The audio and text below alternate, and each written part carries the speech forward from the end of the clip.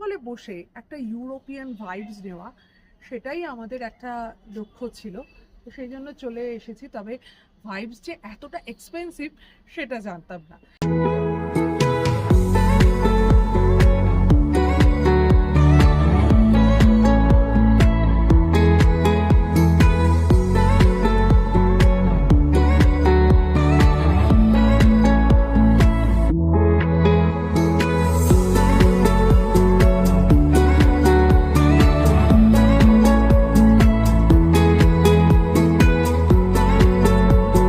Good morning everyone, একদম packed হয়ে বেরিয়েছি।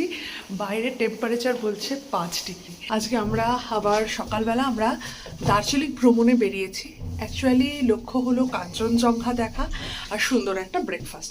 এখানেও ব্রেকফাস্ট আছে, কিন্তু দার্জিলিং এলে এক জায়গায় সব কিছু করতে ইচ্ছে করে না। যেমন প্ল্যান্টার্সটা কালকে ভালো লেগেছে, কিন্তু এখন আর প্ল্যান্টার্সে যাব না, একটু নতুন জায়গা ট্রাই করব। দুটো করে সোয়েটার, আর পুরো মনে হচ্ছে পুরো বাটুল দি গ্রেট, আমাকে তো সেই রকমই লাগছে। Hello everyone, welcome to Bong passionate traveller. আজকে 18th অফ জানুয়ারি, সকাল 8:30, আর এখন কেভেন্টার্সের সামনেটা জমজমাট হবে, সেটা তো অবশ্যই। ঠান্ডা লাগছে না আর কি, মানে দুটো করে সোয়েটার পরে নিয়েছি আজকে আমি, একদম কোনো রিস্ক নিইনি। ওকে চলো দেখি কেভেন্টার্সের সামনে কিরম ভিড়, গ্লেনারিসের সামনে কিরকম ভিড়। মনে হয় খোলেনি এখনো, নাকি খুলেছে? তাহলে অন্য এই যে আমরা কালকে এখানে গেছিলাম প্ল্যান্টার্স হেরিটেজ, আর সামনেই হলো কেভেন্টার্স।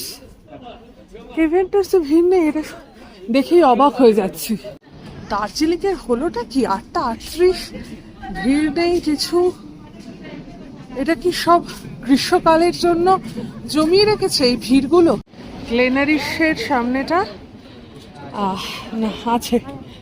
ফ্লুরিজেও কিন্তু ডাইনিং এর ব্যবস্থা আছে। ভেতরটা বোধহয় পরিষ্কার করছে, তাই চেয়ারগুলোকে সব বাইরে বার করে দিয়েছে। একদম ফাঁকা ম্যাল। গোল্ডেন টিপস, কালকে আমরা এখানেই খাওয়া দাওয়া করেছি। আজকে কি দেখতে পাবো আমরা কাঞ্চনজঙ্ঘা? আর মনে হচ্ছে ব্রেকফাস্টের দরকার হলে এখানেই কোথাও বসে ব্রেকফাস্ট করি। এত সুন্দর রোদ, খুবই ভালো লাগছে। বলছে 5 ডিগ্রি নাকি, একটা হালকা রোদ আছে। এবার আমরা এই যে হকার্স মার্কেট, যদিও এখন ওই ভানুভবনের ওখানটায় যাব না, বলছে আমাদের হোটেল থেকে এটা 1.3 কিলোমিটার, রাইট? 1.3 কিলোমিটার। কিন্তু এখান থেকে নামতে পারলে তো হবে, এটা কি নামতে দেবে আমাদের? চলো দেখি কি হয়। এই হলো উইন্ডামেয়ার, এই দিক দিয়ে গেলে উইন্ডামেয়ার পাওয়া যাবে। আর আমাদের বলছে নিচে যেতে হবে, তাই? হ্যাঁ, এখানকার কুকুরগুলোকে ভারী ভালো লাগে। এই যে আই লাভ দার্জিলিং লেখা আছে, এখান দিয়ে একটা নিচে যাওয়ার রাস্তা আছে। এই রাস্তাটা ধরবো, এই যে নিচ দিয়ে এলে আবার এটা ম্যানেজ হয়ে যেত। এই হলো অ্যালিস ভিলা, আমরা এখানটায় ছিলাম, এবার এখানে চলে এলাম। এসে আমরা এলগিনে যাব প্ল্যান করছি, তো দেখা যাক এই দিক দিয়ে যাওয়া যায়। এটাই বোধহয় এলগিন নাকি। কেভেন্টার্সের পাশ দিয়ে যে রাস্তাটা নিচে চলে গেছে, সেটা দিক দিয়ে যদি আসতাম এটা কাছাকাছি পেতাম আর কি। দা এলগিন 1887, একদম ছবির মতো।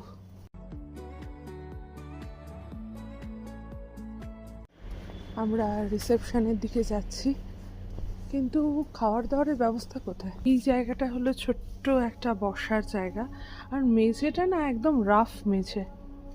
আচ্ছা, রিসেপশনের দিকে যাই আমি একটুখানি।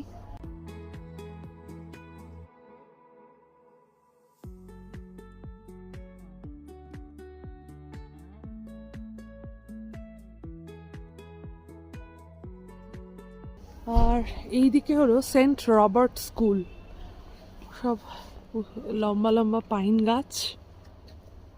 আমরা এদিক থেকে কিন্তু কাঞ্চনজঙ্ঘা দেখা যাবে না। এখানে ব্রেড আইটেম আছে, সেরেলস আছে, আর এখানে হলো রয়েছে পনির, মশলা ইডলি, দোসা। আচ্ছা, পোহা, এদিকে পিস পোহা, কাটলেট, পরাঠা রয়েছে, প্যানকেক আছে, বেকড বিনস, এটা হলো চিকেন সসেজ আছে, হ্যাম আছে, আর জুস, ফ্রুটস আছে।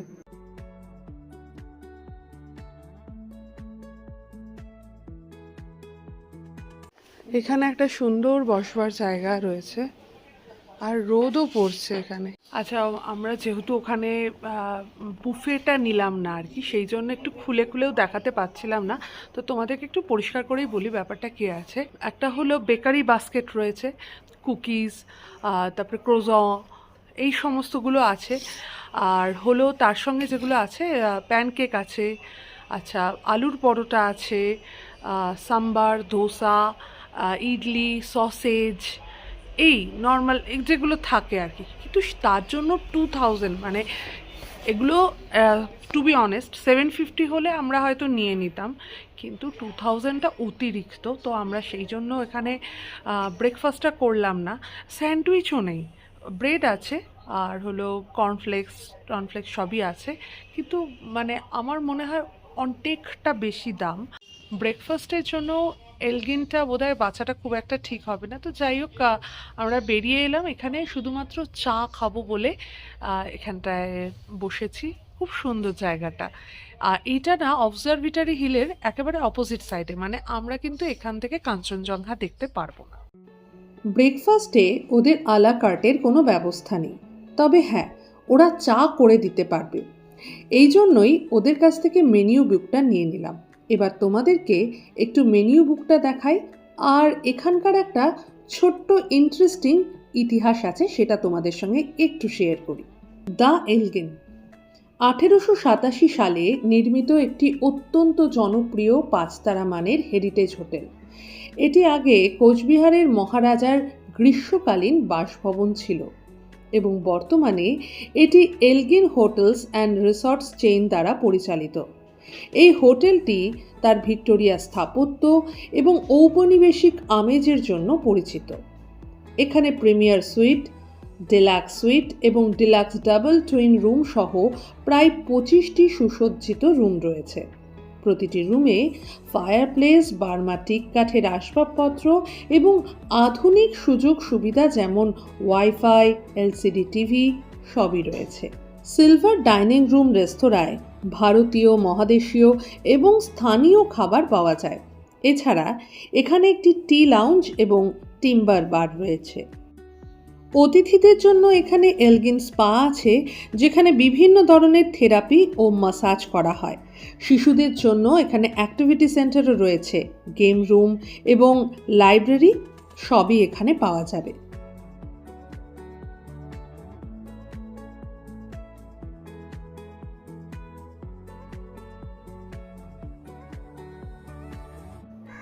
কলকাতার কিছু কিছু জায়গায় এখনও কিন্তু পোস্ট বক্স দেখা যায়, কিন্তু কোনো হোটেলে এইরকম পোস্ট বক্স কি তোমরা দেখেছো? দেখেছি, পার্ক স্ট্রিটেও একটা এরকম দেখেছি না। তো এইখানে না সেই কি বলবো, ইউরোপিয়ান একটা আদব কায়দা আছে আর কি জিনিসটার মধ্যে। চায়ের জন্য এখানে ওয়েট করছি, এবার দেখা যাক কখন চা ঠা দেয়। একটা টিপট একটা আমরা অর্ডার করেছি, আর তার সঙ্গে মাফিন, কুকিজ, এই সমস্তগুলো কমপ্লিমেন্টারি আছে। আর ভিউ বলতে খুব কাছে ভিউ নেই, কিন্তু এই যে সেন্ট রবার্ট স্কুল যেটা আছে, তার যে রাস্তাটা অনেকটা চওড়া সেটা দেখছি, আর দূরে দেখতে পাচ্ছি দার্জিলিং সিটি।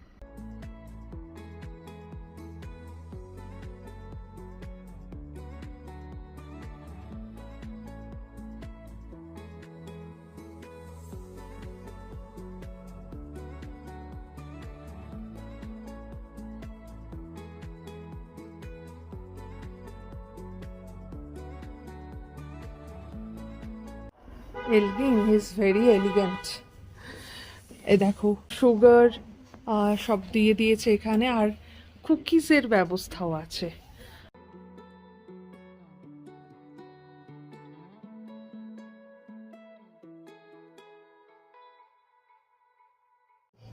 মাফিন আছে আর গরম গরম আছে, তো আমাদের বলছে তাড়াতাড়ি খেয়ে নিতে, কারণ এখানে সত্যিই ঠান্ডা হয়ে যাবে। আর এখন ওরা বলছে স্যান্ডউইচও বানিয়ে দেওয়া যাবে, কিন্তু সেটা হলো চিজ স্যান্ডউইচ। আমরা চিকেন স্যান্ডউইচটা ভাবছিলাম আর কি। তো ঠিক আছে, আমরা চাটা খেয়েই এখান থেকে বেরিয়ে পড়বো। আর মাফিন যেটা আছে, ওয়াও গরম, টেস্টি।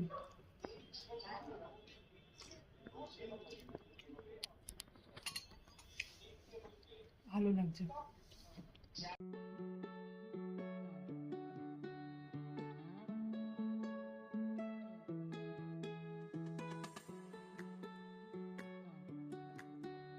আমরা এইখানে হলো আমাদের এন্ট্রেন্স, তো এখানে পার্কিংয়ের ব্যবস্থাও রয়েছে, সরাসরি গাড়ি চলে আসে দ্য এলগিনে।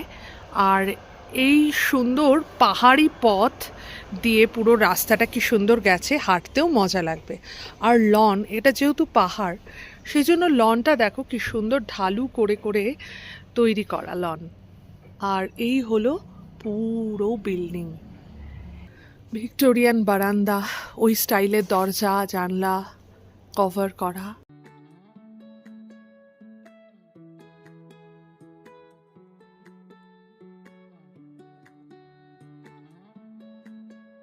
এই যে এই ল্যাম্পগুলো দারুণ, বিশেষ করে এগুলো আমরা গ্লেনারিসেও দেখতে পাই।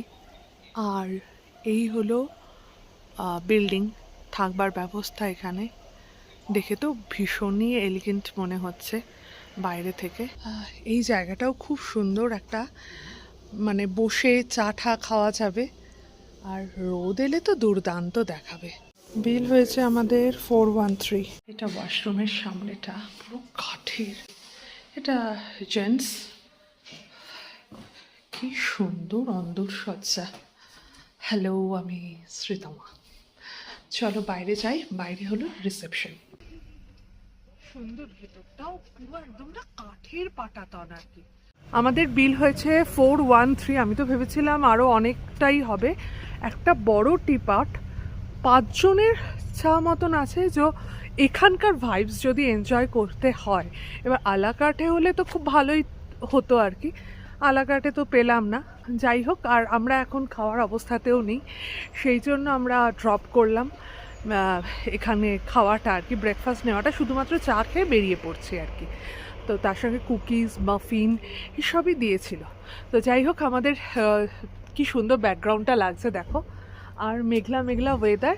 আমাদের ভিডিওটা যদি ভালো লেগে থাকে তাহলে প্লিজ লাইক, কমেন্ট আর শেয়ার করে দিও। আর আমাদের চ্যানেল বং প্যাশনেট ট্রাভেলারে যদি নতুন হও, একটু সাবস্ক্রাইব করে দিও। ভালো থেকো, সুস্থ থেকো, শুধু ফ্যাশনে নয় প্যাশনে থেকো। ওকে, বাই। আর একটা কথা, আমাদের এই সিরিজের ভিডিওগুলো প্লিজ দেখবার অনুরোধ রইল। এর আগে আমরা কার্শিয়াংয়ে গেছিলাম, আর কার্শিয়াংয়ে গিয়েও আমরা কিন্তু প্রচুর ঘুরেছি এবং সেখানকার কিছু কিছু ভিডিও করেছি, কোথায় থেকেছি, কীরম জায়গা। আর সিটংয়ের খুব কাছাকাছি একটা জায়গায় ছিলাম কার্শিয়াংয়ে। তো প্লিজ একটু দেখে নিও, আর এর পরের ব্লগগুলোর জন্য আমাদেরকে একটু সাবস্ক্রাইব করো। এখানে কিন্তু পার্কিং আছে, বারবারই বলেছিলাম। চলো, আমাদের জন্যই গেটটা খোলা হয়েছে, আমরা এখান থেকে বেরিয়ে পড়ব। এইটা হলো দ্য এলগিন, আমরা এতক্ষণ ছিলাম, আর এখান থেকে বেরিয়ে পড়ছি আমরা। আর এই রাস্তাটা ধরছি এলগিনে আসার জন্য। আর ক্রেভেন্টার্সের পাশ দিয়ে যে রাস্তাটা নিচে নেমে গেছে, ওই দিক দিয়ে আমরা যাচ্ছি।